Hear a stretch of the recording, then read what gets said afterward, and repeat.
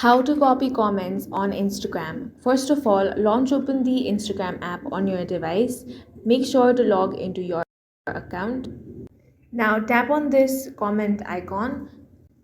From here, you simply want to find the comment that you want to copy. Press and hold on that.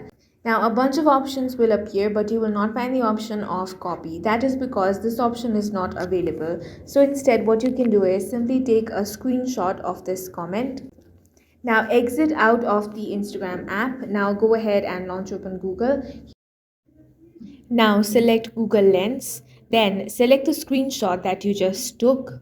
Once you take it, as you can see, the text will be highlighted. Simply tap and hold and select the copy option. Now head over to another application such as Notes and you can simply paste the comment that you have copied. That's all for this video. If you found it useful, make sure to hit the like button and subscribe for more videos like this.